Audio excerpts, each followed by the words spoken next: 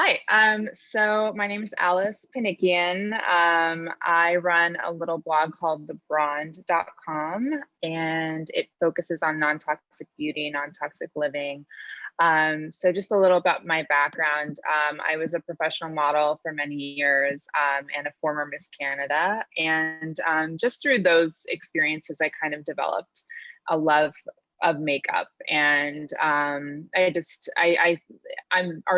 I feel like it's a way for me to kind of express who I am on the inside. And so I started spending like the bulk of my disposable income at Sephora, and I just loved it so much.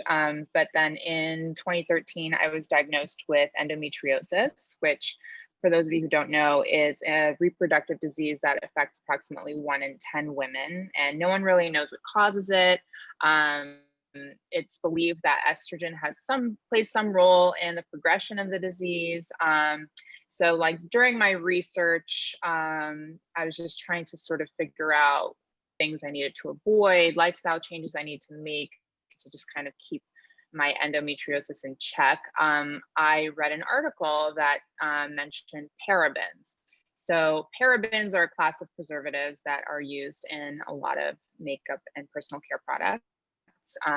They just keep the product fresh and they extend its shelf life, which sounds great, but unfortunately, parabens can mimic estrogen in the body, so they can throw off your hormonal balance. And when I learned this, I just decided to take inventory of my products just to see whether or not any of them contained these chemicals. And of course, a few of them did, which really kind of upset me because there are plenty of other non-toxic preservative options out there.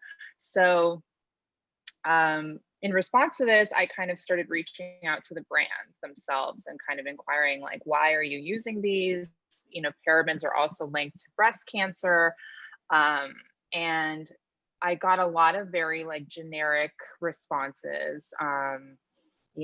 We're in accordance with all local and international regulations, blah, blah, blah. So then, of course, that kind of piqued my curiosity, and I wanted to know more about who was actually regulating the stuff. And that kind of led me to my next startling discovery, which is that no one's really regulating it at all.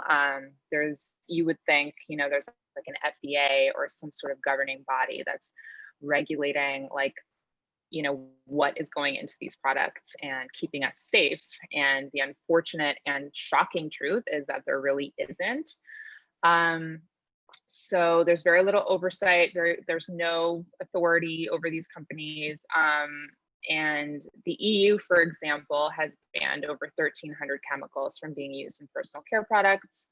Canada has banned over 500 chemicals from being used in personal care products. And in contrast, the US only banned about 11. So that's pretty shocking. Once I found this all out, my initial gut reaction was to just tell everyone I could tell. So I started posting about it on Instagram, just spreading awareness, and then it quickly snowballed.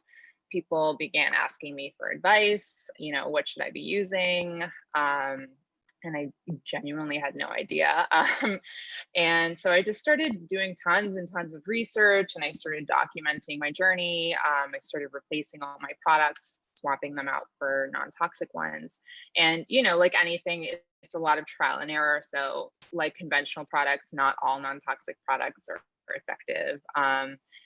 So it was a long process, just sort of finding the things that worked for me. And I'm still learning. I'm still trying stuff all the time. So my priority has always really been to just raise awareness about this issue, because I believe that so many people are just really in the dark about it and completely unaware of the dangers associated with using personal care products. It's one of those things, brands will tell you, at such a small concentration, these chemicals are not harmful. But the average woman uses about 12 products. I probably use more than that. The average man uses about 6 products a day, and each of these products contains at least a dozen or so ingredients. there's really no saying how these chemicals all interact with each other and how prolonged use of this sort of chemical cocktail is going to affect our health long term. So I think, you know, if you really, the best thing you can do is just arm yourself with this knowledge, because so many of these chemicals have not been assessed for safety. There's about 80,000 chemicals in existence today. Only 20% of those have actually been assessed for safety. So we are just kind of a bunch of guinea pigs. And some of these chemicals lead to reproductive harm, developmental issues, organ toxicity, cancer, hormonal imbalance, and it goes on and on and on. So I think, you know, once you're armed with this knowledge, and, you know, as much as my aim is to live a relatively toxin-free life, I'm not perfect. I never claim to be, and I don't judge anyone that continues to use the product. What I would hope is just being armed with this knowledge can hopefully make you a much more conscious consumer. And when you're a conscious consumer, you can make more informed choices. And once you do that, I think companies really start to take notice. They notice the trends in the market, they notice their sales starting to dip, and that's when real change begins to happen. So yeah, that's pretty much what I do with the brand.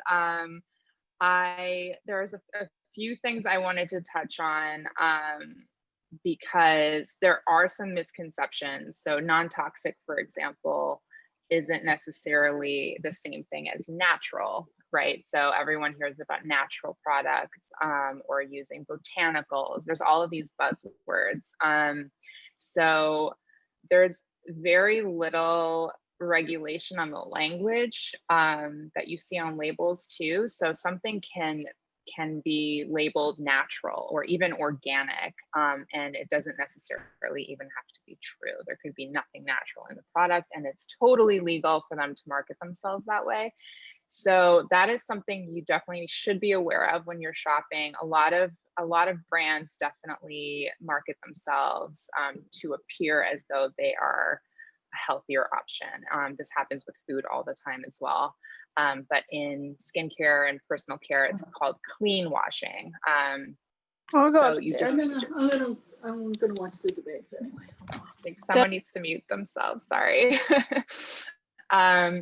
So yeah, I think you just need to be aware of the tricks that a lot of these brands do. So for example, another trick is when you see free from parabens, free from, you know, and it's great that these companies are using less of these toxic chemicals, but if you really look at the label, they might be using other toxic chemicals. So that's why it's so important to really pay attention to the labels.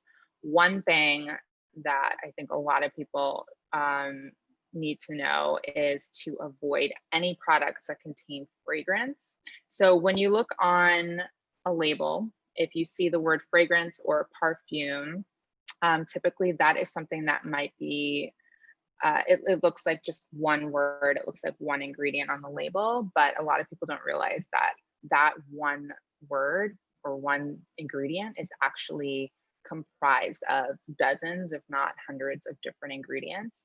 And the scariest part about that is that the company is actually not obligated to disclose what's in their fragrance. The reason for that is because fragrances are considered trade secrets. So it's sort of like a secret recipe. And if they disclose it, they're risking, you know, their competitor possibly stealing their secret recipe. So in this way, a lot of companies are able to get away with putting certain things in their products without actually having to tell you. So that's really scary, which is why I think personally, I like to avoid any products that contain fragrance, because that means that the brand is not being transparent with you.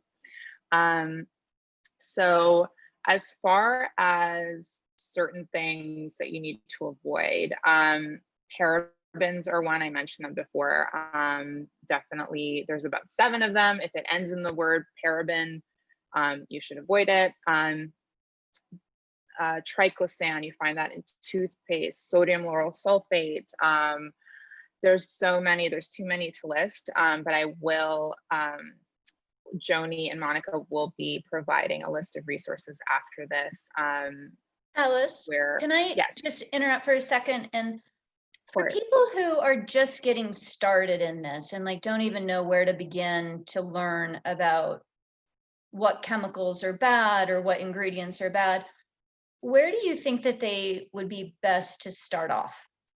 Okay, yeah. So the best thing that I can suggest is an app called Think Dirty. So I'm actually going to pull it up right now just so you can see. This is Think Dirty. It's a free app. You can download it on your phone. And it's got, I don't know how many products are now in its database, but it's over 1 million. And you can search by product name, or you can even scan the barcode of your product. And what happens is it returns a rating. So this, for example, this is a bronzer I used to use before I started my non-toxic journey. This is Hoola Benefit. It's a very popular bronzer. I used to love this one. It contains 3 different parabens and talc. So it gives each ingredient a rating. So talc, for example, is given an 8. If you click on it, you can see what the usage is, why it's in the product, what the health implications are, and all of the evidence to support that. So it's such an amazing tool because you can really start to understand what chemicals are being used in your product and why they're there in the first place and what that means for your health. So this is such a great resource. I can't recommend it enough. Of course, it's not totally complete. There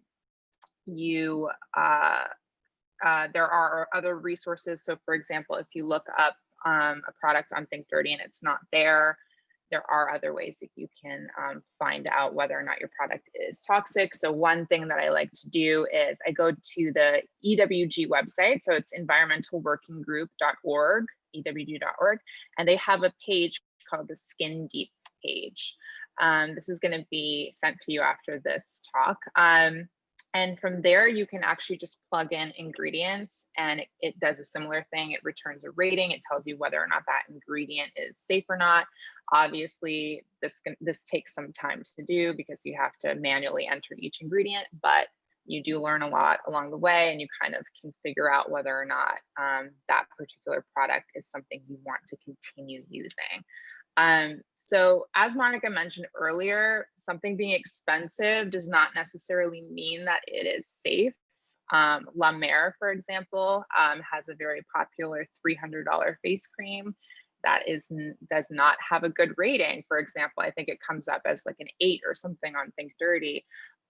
So don't think that because you're buying your products at a department store, they don't contain these chemicals. They do. The best thing you can do if you're starting out and you really have no idea where to begin, shop at a non-toxic retailer. So there are stores that have exclusively non-toxic products.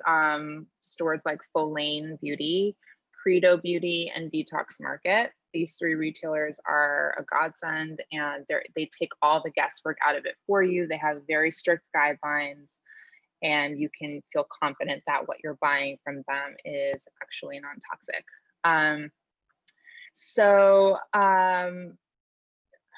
I think there are some other great resources out there that you can check out. Stink documentary is a great one. It's on Netflix. This is one I watched really early on in my whole journey, and it was mind-blowing. And it's not specifically so much on cosmetics in particular, it's more about the chemicals industry in general and how unchecked it is, how the government's not really doing anything, and how it really affects our health.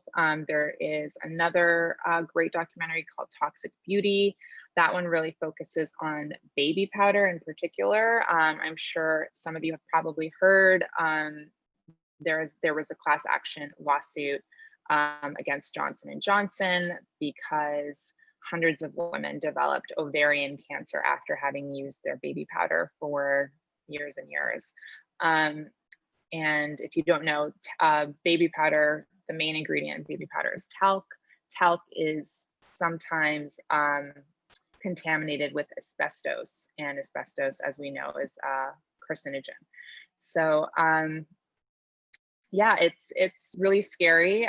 There's also been evidence that Johnson & Johnson knew about this all along, you know, so it's things like this. Like, I really do believe that the government needs to step in and create laws against this sort of thing, and regulations and all of that. But in the meantime, the best thing we can do is just be our own advocates, and just really do our research. So I wanted to turn it over to Angie, because she's going to show us a quick 5-minute feel good look using all non-toxic products.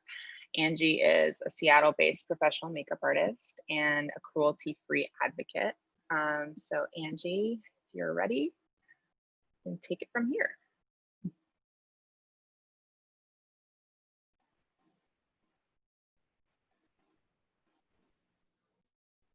Angie, I think you're muted. Oh, hello, can you hear me? Yeah. Okay, Now cool. we can.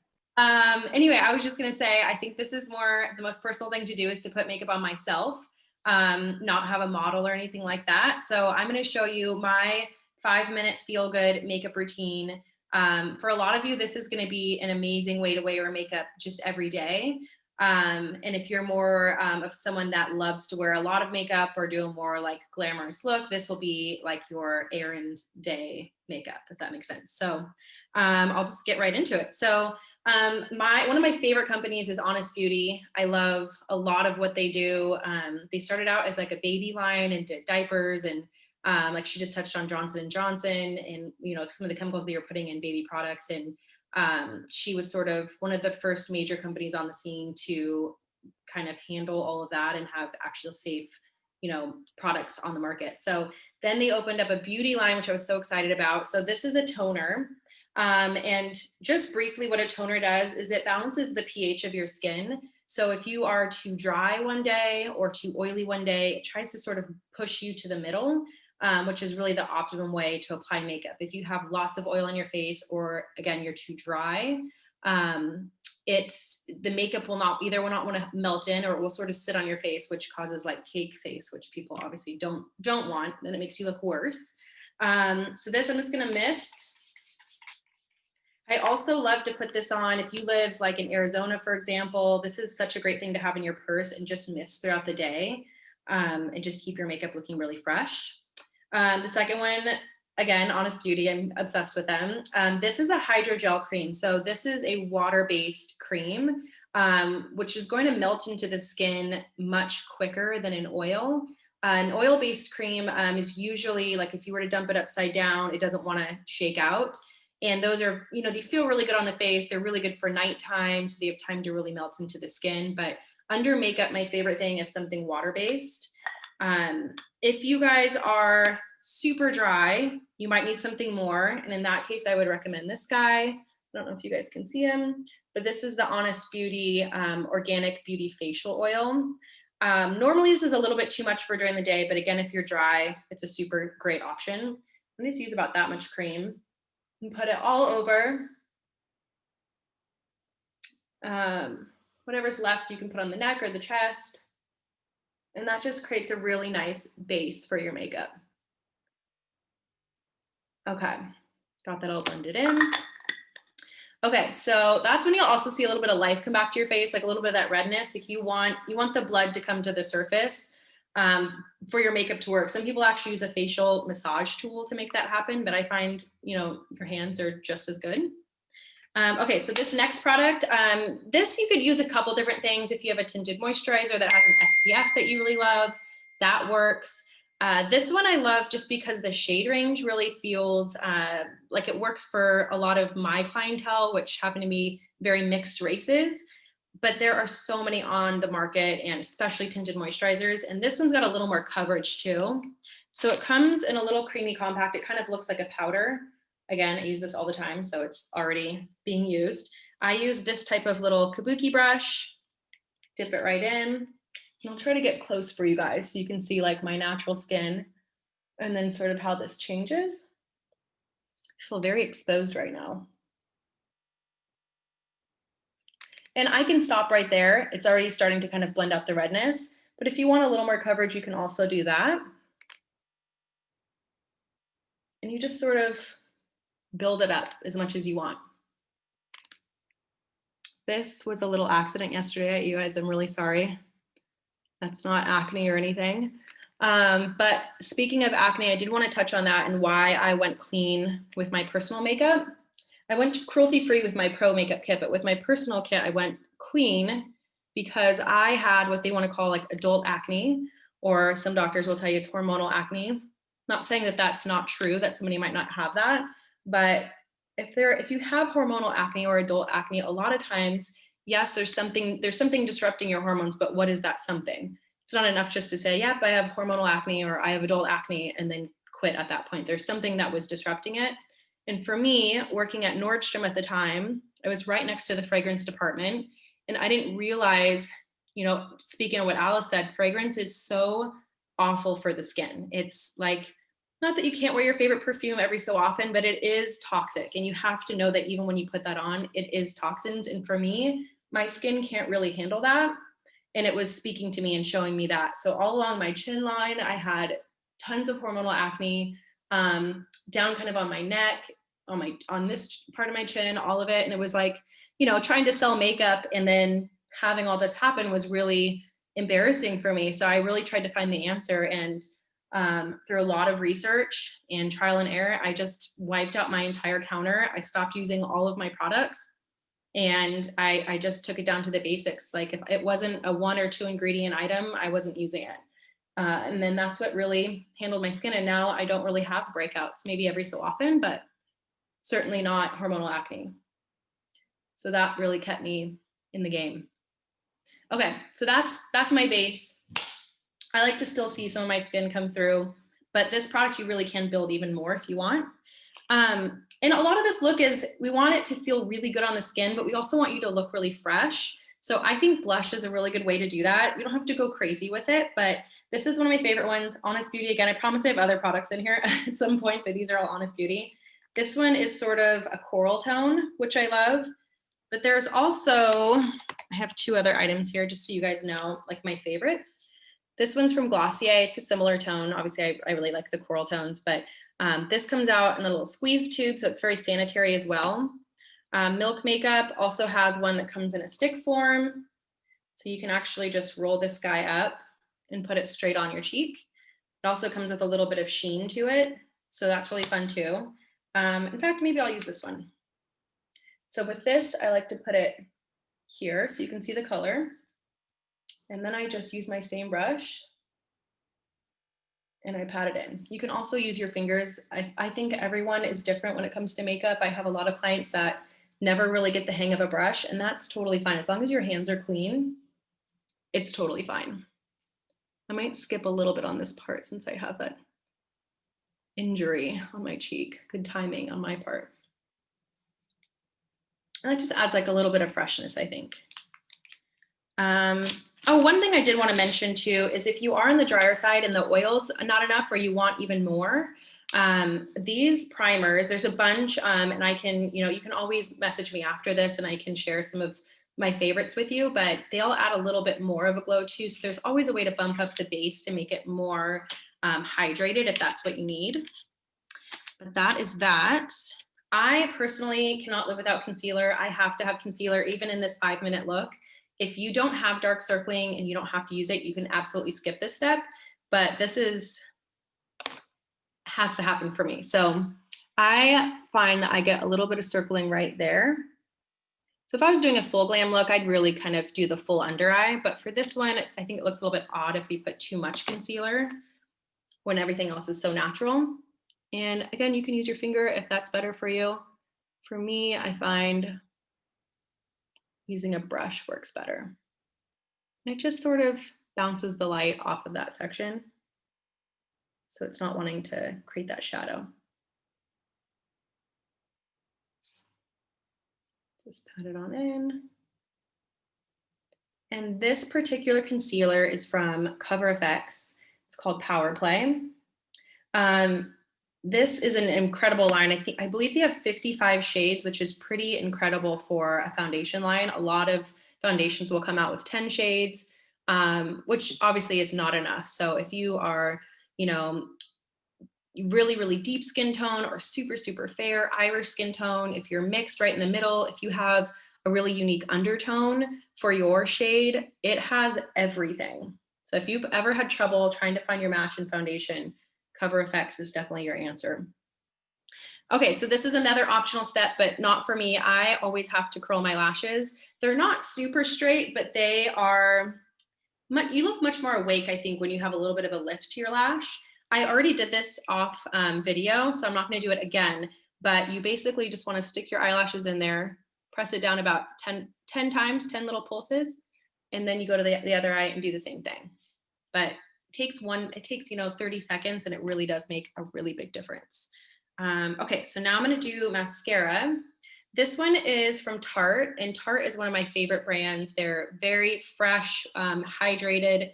They're really designed to create that glow on your face, and that's kind of what this look is about. So this one's called Big Ego, and really what creates a good mascara is the wand. So this is a really fluffy wand, but the little spikes on it really separate your lashes at the same time. The wand is everything. It's even, you know, in my opinion, more than the formula. That's really what's going to create a good look. So I like to do the bottom lashes without making a crazy face. Just one coat, and then I like to do the top. So one little tip is blinking into your wand, kind of rolling as you blink. I find that creates the best application. And you can do 2 coats of this or 1 coat, just depending. I wouldn't do 3 or 4. I think that's a lot for this, but you know, if that makes you happy, go for it. And just blinking into this. There we go. Okay, so if you have full brows already, these are my brows having done nothing to them, I would just put a brow gel. If that's something like, let's say you're blonde and yes, you have a brow, but it really needs to be filled in to be seen, either you would use like a tinted brow gel, or I would use a pencil and a brow gel. You know, this 5-minute look is going to be something that you can optimize for yourself. It needs to make sense for you and your skin and for what your goals are. I don't need to fill in my brow on a day-to-day basis. That's something I more like to do when I have more time to do my makeup.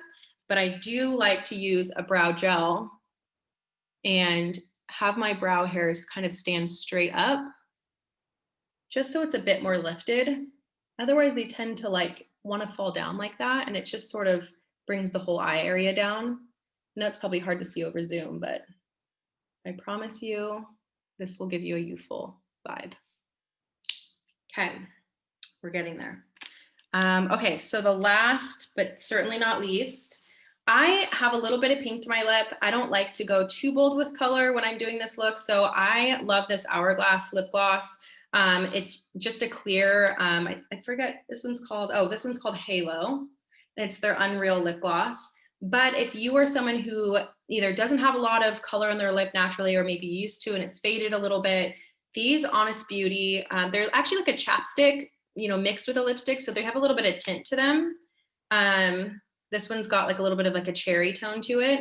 So you can moisturize throughout the day, but then also add a little bit more color to your face. I will do this clear one.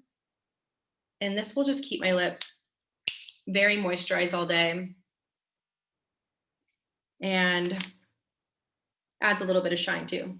So that's it. That's the look. It's really easy. I hope that was under 5 minutes, because that's what it's supposed to take. And like I said, you can make this your own, you know, putting in whatever you need. If you have rosacea and redness is really a big deal to you, maybe you're using a green primer and that's a part of your 5-minute routine, but it should be something that makes you feel good about yourself, that makes you feel hydrated, like you're taking care of your skin. You know, even if you're not fully, you know, have a full clean beauty line right now, your 5-minute face, if that's my challenge to you, is to make that 5-minute face fully non-toxic and good for your skin. And who knows, maybe that will filter into the rest of your makeup as well. So thanks so much. Angie, that was terrific. Thank you so much. Yeah, you're welcome. Really fast, there was a question about capturing this. And yes, we are recording this, and it will be available on our YouTube channel. You can check out on our website. I think it takes like a week or something like that. But we are following up with an email with all of these recommendations for products, so you can get it there. Feel free to send me an email too. I think I sent an email to everyone with the Zoom link, so you can always send me questions as well, and I can forward it to anyone. So questions. How do you have any suggestions for avoiding makeup rubbing off on our face mask? Yes. So, I'm in Seattle, and with Seattle, that's been, I think, the most restrictions on weddings out of all of the United States. And that's been a huge thing because most of the guidelines are that you have to wear your mask either half the time or the whole time. So I have tried a lot of different things. Number one is using a foundation that's a bit more matte and long wear. There is a vegan beauty line, and I have not done all my research on this line as far as how clean it is, what number it rates. So I don't want to claim, what number that rates, but I do know it's vegan and cruelty-free. It's called KVD Vegan Beauty, and that foundation I find melts into the skin and doesn't really want to come off all on its own. But the number one thing is taking a translucent powder. I don't have one here with me, but I can show you. And can you repeat the name of that? KVD, or maybe write it in the chat. Oh, sure. So it's KVD Vegan Beauty, and it's their Locket foundation. They have two now, and I haven't tried the other one. That one needs to be worked in. I don't think you always need a brush with your foundation, but this one you really do. So the brush they recommend is the one you need to use over a sponge. But the number one thing is using a sponge with a powder. And I mean, like taking, where's my sponge at? So taking a sponge like this, and let's say this is your powder, really stamping it in there and then stamping it all over your skin, and it will look pure white, but letting that sort of melt in for a minute or two. It's called baking. And then dusting that off. I find that creates almost like a little barrier on your skin. So then when you put your mask on and there's some condensation building up, it's going to eat through the powder, not through your foundation and all the work you've done underneath. So I find that's the number one thing that's helped my brides stay, beautiful throughout the day.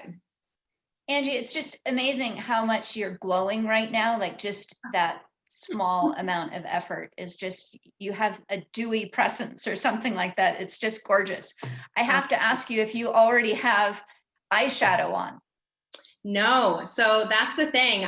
Blinking into your mascara it's not just something to make your lashes look good, but it hits your eyelid, right where your lashes are starting to grow out. So it almost looks like you had put eyeliner on with it. So there's really, like, that little tip goes a long way. And of course you can put eyeshadow on with this look, but I think you don't need it. When you do all these other steps, it makes it sort of look like you're wearing eyeshadow.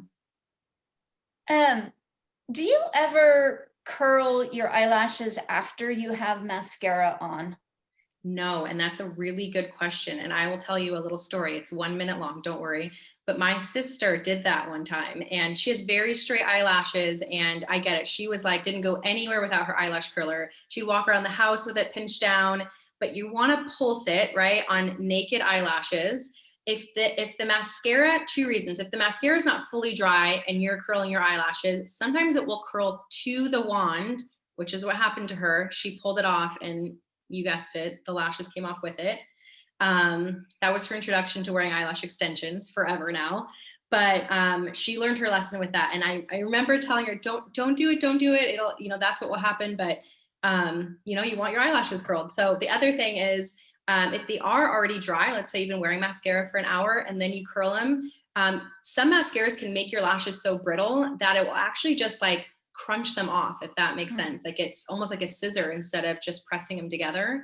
So we want our lashes to stay luscious and long and soft. So I actually recommend putting castor oil on your lashes and your eyebrows at night, just circling it into or wrapping it into your skincare routine and taking care of your eyebrow hairs and your lashes at the same time as you're taking care of your skin. Great. Alice, do you have a favorite sunscreen and deodorant? Yes. So sunscreen is a really big one. People don't realize most conventional sunscreen, chemical sunscreen contains um, chemicals like oxybenzone, for example. This has been linked to endometriosis actually, and it's also what's killing the coral reefs in the ocean. That's why a lot of places are banning it, because the reefs are dying. So in order to avoid this, you should always opt for a mineral sunscreen. So one that contains zinc oxide, titanium dioxide, or both. So the issue with this is sometimes it casts a very white film. A lot of people don't like this. It doesn't really absorb into the skin. That's because it actually, instead of absorbing into the skin like chemical sunscreens do, it actually creates a layer on top of the skin, and that prevents the sun's rays from getting through. So there are different formulations. One that I found to be amazing that doesn't give you like a white film is called Suntegrity. And you can find that at Credo Beauty, Folane, all of the retailers I mentioned earlier carry it. It's so great, and it's gentle enough to be used on babies. Another thing I should mention, that the SPF on a sunscreen, a lot of people don't realize this, that SPF 30, it prevents about 98% of the sun's rays from getting through. SPF 50 prevents about 99%. So the difference is negligible. So a lot of people think the higher the SPF, the better the sunscreen. That's not true. We really only need about 30. That's going to give you some really good protection. So Suntegrity is great. As for deodorant, if you're using an antiperspirant, I suggest you stop immediately. That's one of the top things I would replace. Antiperspirants contain aluminum, which have been linked to breast cancer, Alzheimer's, organ toxicity. So I actually wrote an entire article on my website where I rank and rate all of the non-toxic deodorants I've tried. My current favorite is by a brand called Kosas, Kosas. It's a new deodorant that just came out, and I find it to be really effective. Not a lot of natural deodorants are that effective. So, but one thing I should mention is a natural deodorant is not going to stop you from sweating, because your body's natural response, you need to sweat. It's how you detoxify and you release things, and you cool down. But it will stop you hopefully from smelling. So that's what a natural deodorant is meant to do. The reason antiperspirants were so effective at stopping you from sweating is because the aluminum blocks the sweat glands, which is not something you want. It's not a good thing for your health. So yeah, just have realistic expectations about natural deodorants. A question for either of you. I guess I didn't really recognize the nastiness of fragrance, so I'm a little disappointed. Not that I'm a big perfume wearer, but do you have recommendations for alternatives to perfume? Yeah, you can go ahead, Alice, if you have some product recommendations. I'll answer after you. So personally, I still wear fragrance, and the way that I wear it, I just spray it on my clothes. I don't spray it on my skin, and I don't inhale when I'm spraying it. I just kind of spray it on my clothes and I walk away, and then I hold my breath for a while. I think, look, like, no one's perfect. Everyone loves a good scent, as long as it's not on your skin, you're not exposing yourself that much to the chemicals inside of it. But there are actually fragrances today that are non-toxic. Fleur, PHLUR, is a brand that produces non-toxic fragrances. They're sold at Credo Beauty. And you can always use something like rose water or essential oils. There's plenty of brands out there that are mixing essential oils to come out with like beautiful scents. So it does exist. You just have to do a little bit of research and find it, but it's out there. But I still do wear my perfume that I love. I'm very careful not to spray it directly on my skin. Alice, can you repeat, how do you spell the alternative? Was it Fleur? Fleur, Phlur, and it's sold at Credo Beauty. Phlur? Mhm. Okay. I'm Yeah, just, and I was gonna say the same thing. I probably wear fragrance like maybe 5 times a year, but you know, there's like those special for me, it's like a treat. And I do the same thing. I never spray it on my skin. I certainly, they say, you know, to put it here and here and on your wrists. Those are like the worst places you could ever put it because it's going to go straight into your system. So I do the same thing. I'll mist my clothes and then walk away and then put my clothes on. But for every day, I actually wear ylang ylang essential oil. That's just one I love. I feel like it calms me down and I love the smell of it. But there's so many. I have a lot of friends that wear geranium. You kind of have to find the one that really speaks to you, but it actually, what's cool about it is it melts into your skin and it actually smells different on every person because your pH, your pheromones are going to kind of change the scent of it. So we could all be wearing the same scent and it's going to smell different on all of us. They say that that's the same with fragrance, but I find it, I mean, if anyone smelled Flower Bomb from Nordstrom, that smells like Flower Bomb on everyone. And so like, at least with essential oils, you feel a little bit more unique and you can make your own. Aveda actually used to allow you to make your own scent. And like she said, there's other fragrances that are just using essential oils. Target even has a line there. I don't know the name of the brand, but they're body sprays and they're just a mixture of like 3 to 4 essential oils and they smell amazing. well, I think I covered all of the questions that were in the chat, but if I missed anyone, please just unmute yourselves and feel free to ask them questions. But in the meantime, I just wanted to say how much I enjoyed and appreciate you both sharing your evening with us. It was so informative, and I'm gonna go order some of these products, I think right now. I think someone unmuted themselves. Do you have a question? Yes, what shampoo and conditioner do the ladies recommend? Great question. Ooh, good question. I hate saying this line because it is a multi-level marketing line, but I can't use anything else. And I've tried. It's called Monate, M-O-N-A-T. I totally understand if no one wants to buy any of that. You have to find a direct seller for it. But that line is a godsend. It's non-toxic, vegan, cruelty. It checks all the boxes. And it's the best shampoo I've ever used. So that's my answer for that. But I'll let Alice tell us what she uses. I like a brand called Playa, Playa. And so hair care is a really tough one to find a non-toxic alternative for. Whole Foods is actually a great place to find some good options. I just want to remind you though that usually when you're buying non-toxic products, they will typically be more expensive. So it's a higher price tag, but the quality that you're getting is higher as well. Any other questions? And conditioners? Continue with the shampoo. How about conditioners? That the same line I would say is my favorite for conditioners as well. Playa. Yeah, same. Julie, did you have a question? I do. I'm curious, Alice, I followed you on Instagram and just have learned so much, and I've enjoyed following you so much, and so happy to meet Angie. Alice, sorry to interrupt, Julie, but Alice, Julie is actually how I found you, and I never thought I would be able to get you on, so she is to thank. Oh, thank you, Julie. Of course, of course. So I'm curious, with skin, of course, being our biggest organ, what about a body lotion?